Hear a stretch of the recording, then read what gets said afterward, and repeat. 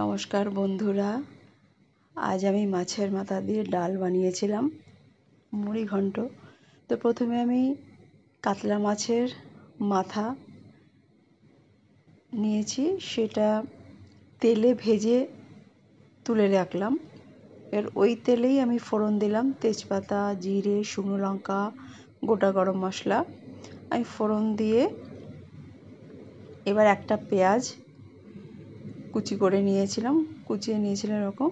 তো পেঁয়াজটা দিয়ে ভালো করে ভাজতে হবে, ব্রাউন কালার না আসা পর্যন্ত।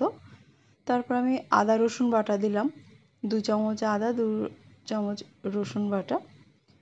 তারপর একটু লবণ, হলুদ সব দিয়ে খুব ভালো করে এটা কষতে হবে। একটু জিরের গুঁড়োও দিয়েছি, আর যাতে তলায় লেগে না যায় মশলাটা, এই জন্য একটু জল দিয়ে দিলাম।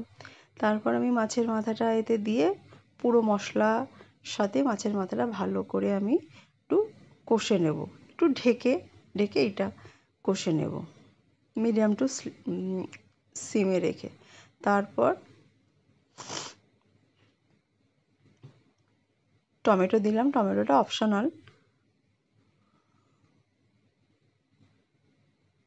তো মশলাটা কষা হয়ে গেছে, এবার আমি এর ভেতরে ঢেলে দেবো ডাল। আমি মুগ ডাল সিদ্ধ করে রেখেছিলাম,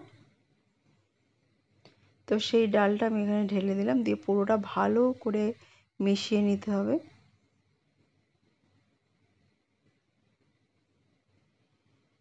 একটু ফুটতে দেব, ফুটছে, এবার সব শেষে গরম মশলা আর একটু ঘি দিয়ে দেব।